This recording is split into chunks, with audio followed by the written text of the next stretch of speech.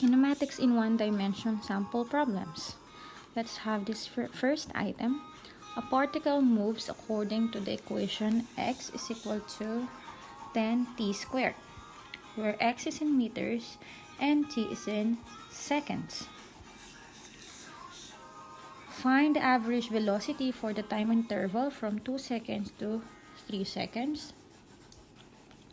Letter B, find the average velocity for the time interval from 2 seconds to 2.1 seconds.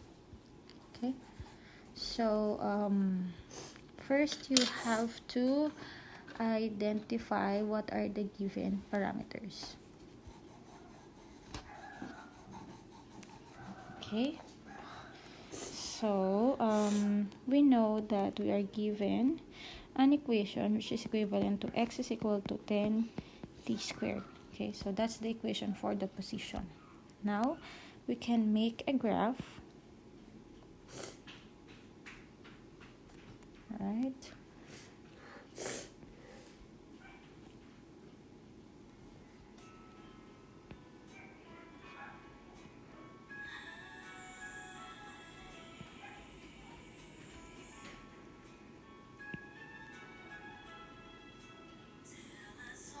Okay, and let's say this is t in seconds and x in meters.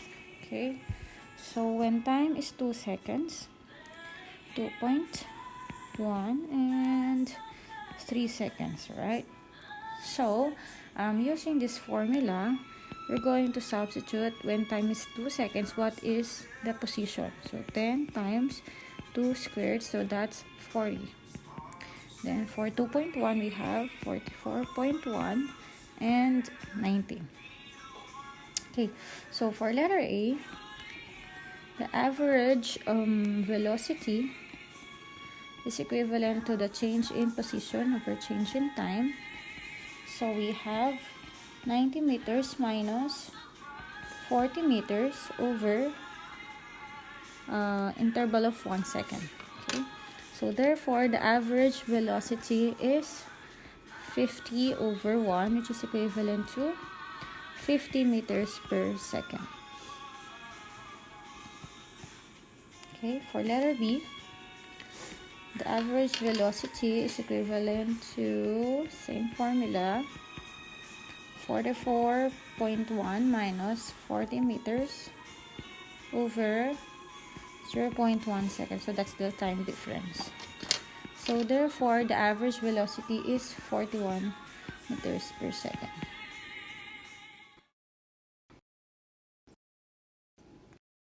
Second item would be this one.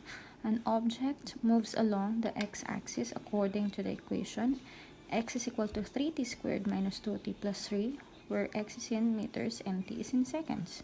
Determine the average speed between t is equal to 2 seconds and 3 seconds, the instantaneous speed from 2 to 3 seconds.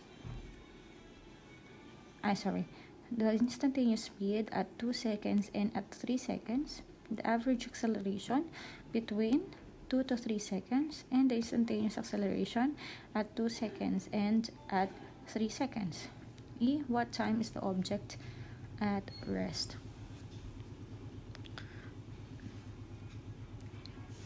Okay, so for letter A,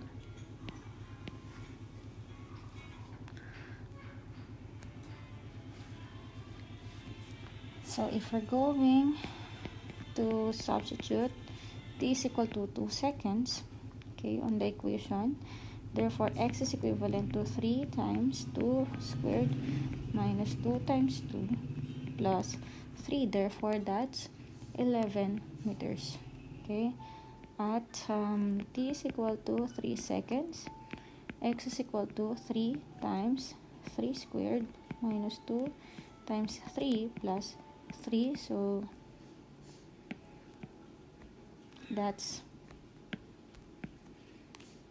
24 meters. Okay, now to solve for the average velocity, so that's the average speed, so that change in distance over change in time.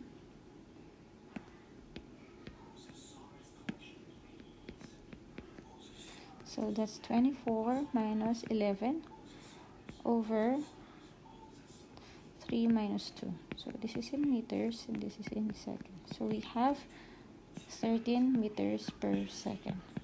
Okay, for letter A. For letter B,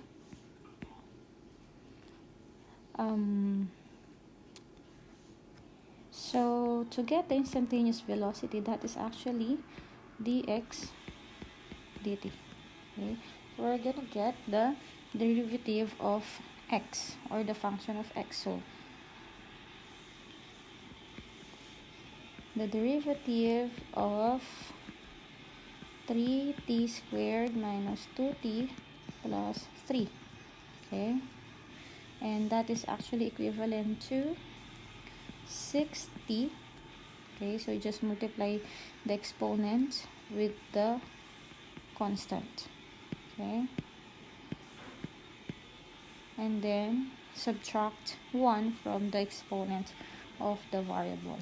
So that's 60 minus 2t, so that's 2, and the derivative of a constant is 0, so that's 60 minus 2 meters per second. Okay, so when t is equal to 2 seconds, so we're just going to substitute that. The velocity is equivalent to 6 multiplied by 2 seconds minus 2, which is equivalent to 10 meters per second. Okay, next, when time is equal to 3 seconds, so the velocity is equal to 6 times 3 minus 2, which is equivalent to 16 meters per second. For letter C, the average acceleration is equivalent to the change in velocity over change in time, which is equivalent to 16 meters per second minus 10 meters per second all over 3 seconds minus 2 seconds, which is equivalent to 6 meters per second squared. Letter D. So the instantaneous acceleration at 2 seconds and at 3 seconds. So the instantaneous acceleration is equivalent to the derivative of the velocity with respect to time. So therefore, it's the derivative of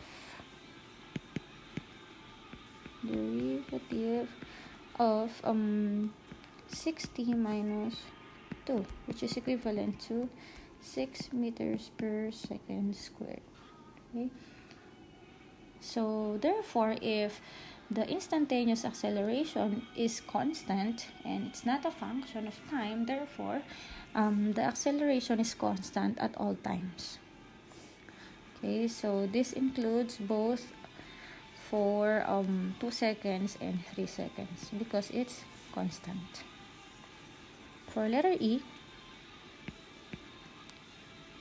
okay, so from letter B, you see here, that's 60. From letter B, we know that V is equal to 60 minus 2. Okay, so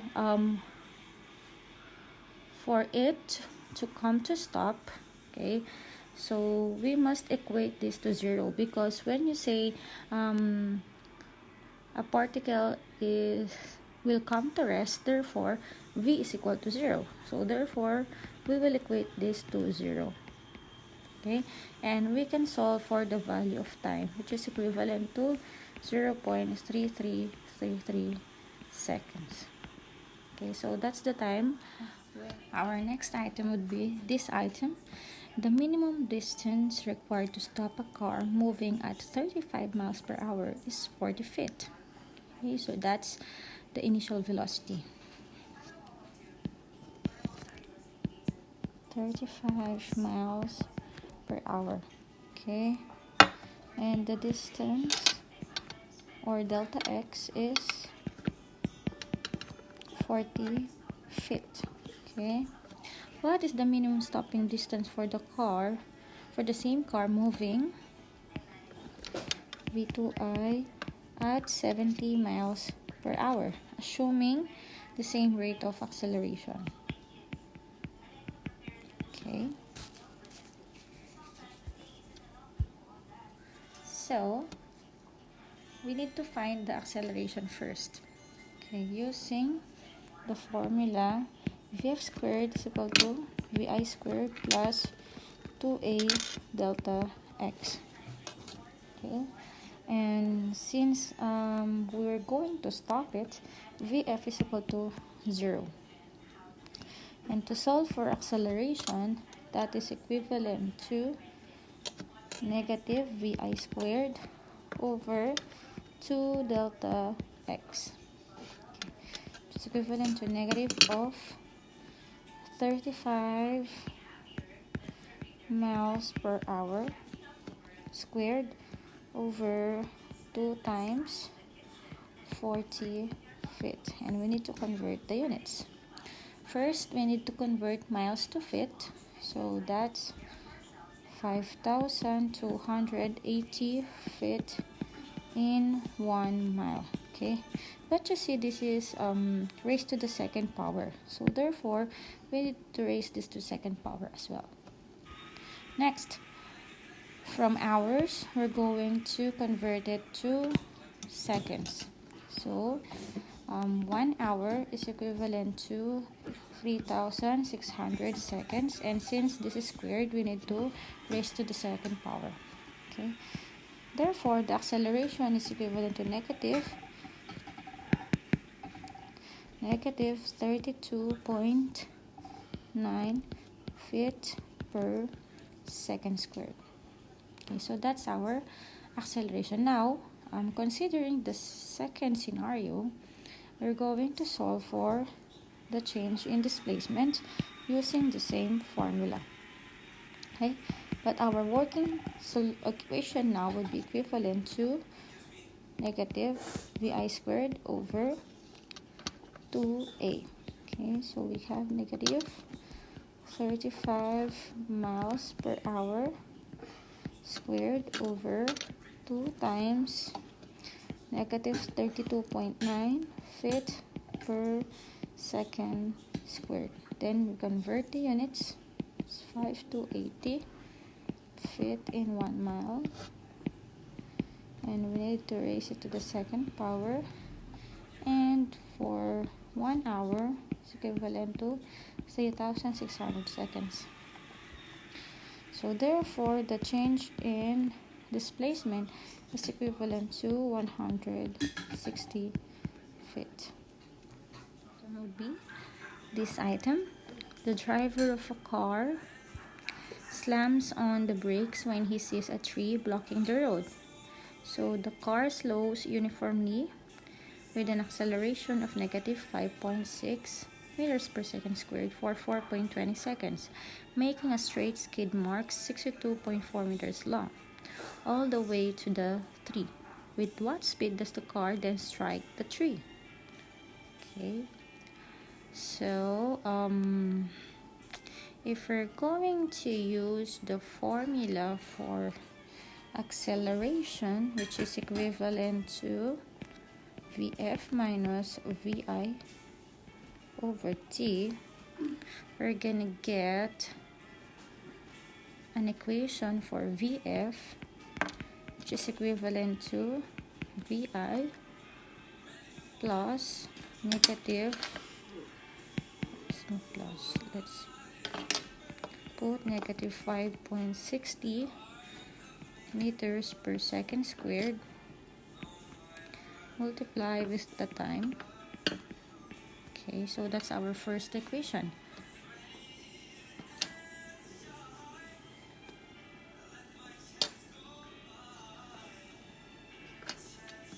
And then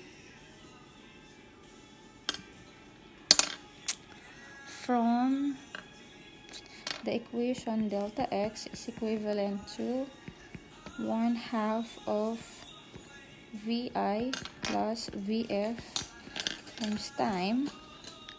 We can have the equation 62.4 meters is equivalent to 1/2 of Vi plus Vf times time of 4.20 seconds. Okay, and then since these two equations have we have two equations and we have two unknowns. Therefore, we can solve for the values of VI and VF. So, but what we are looking for is VF. So, we have 62.4 meters is equivalent to 1/2. Okay, and VI from here, we can have VI is equivalent to VF plus 5.60 meters per second squared times 4.20 seconds. Okay, so let me write it here. So that's VF plus 5.60 multiply with 4.2. Okay, plus this one, so that's VF. Okay, and then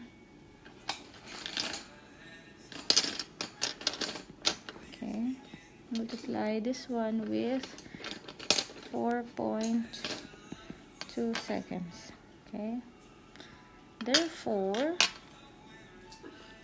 we have the value for VF as 3.1 meters per second. And that's it. Thank you for listening. Bye.